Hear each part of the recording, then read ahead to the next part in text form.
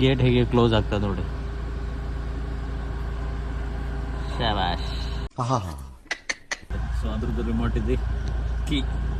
So ಲೈಫಲ್ಲಿ ಹೀಗೇನೆ ಎಲ್ಲರ ಹತ್ರ ಒಂದು ಕೀ ಇರ್ತದೆ, ಅದು ಸರಿಯಾಗಿ ರೀತಿಯಲ್ಲಿ ಅದನ್ನು ನಡ್ಸ್ಕೊಂಡು ಹೋಗ್ಬೇಕು ನಾವು. ಇಲ್ಲ.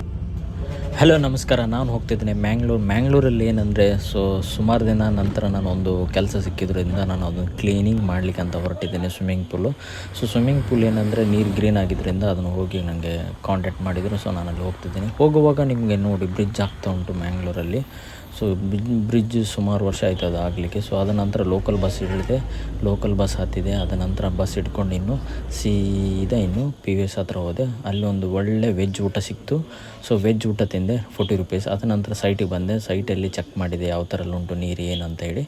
ಸೊ ಎಲ್ಲ ಈ ಥರ ಉಂಟು ನೀರು. ಇವಾಗ ಈ ಥರ ನೀರನ್ನು ನಾವು ಈ ಥರ ಕ್ಲೀನ್ ಮಾಡಿ ಕೊಡ್ತೇವೆ. ವ್ಯಾಕ್ಯೂಮ್ ಸೆಕ್ಷನ್ ಅದು.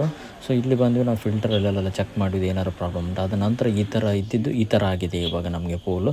ಅದ ನಂತರ ನಾನು ಏನು ಮಟ್ಟೆ ಹೊರಟೆ. ಸೊ ಹಸಿವಾಗ್ತಾ ಉಂಟು ನನಗೆ, ಈಗ ಒಂದು ಟಿಫಿನ್ ಏನಾದರೂ ತಿನ್ನು ಅಂತೇಳಿ ತಿಂಡಿ. ಸೊ ಅದ ನಂತರ ನಾನು ಬಂದೆ, ನೀರು ದೋಸೆ ತಿಂದೆ. ಸೊ ತುಂಬ ಚೆನ್ನಾಗಿತ್ತು.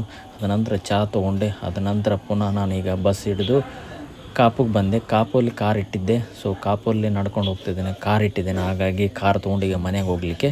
ಸೊ ಅದ ನಂತರ ನಾನು ಬಂದೆ ಕಾರ್ ಹತ್ರ. ಕಾರು ಅನಾಥವಾಗಿತ್ತು. ಸೊ ಅದನ್ನು ನಾನು ತೊಗೊಂಡೆ. ಕಾರ್ ತೊಗೊಂಡು ಇನ್ನು ನಾನು ಮನೆ ಕಡೆ ಹೊರಟಿದೆ. ಹೋಗ್ಬೇಕು. ಒಂದು ಒಳ್ಳೆ ವ್ಯೂ ನೋಡಿ, ಎಷ್ಟು ಚೆನ್ನಾಗಿದೆ ವ್ಯೂ. ಹೀಗೇ ಈ ವಿಡಿಯೋ ಫಾಲೋ ಮಾಡ್ಕೊಳ್ಳಿ, ಶೇರ್ ಮಾಡಿ, ಸಪೋರ್ಟ್ ಮಾಡಿ. ಟಾಟಾ, ಬಾಯ್ ಬಾಯ್.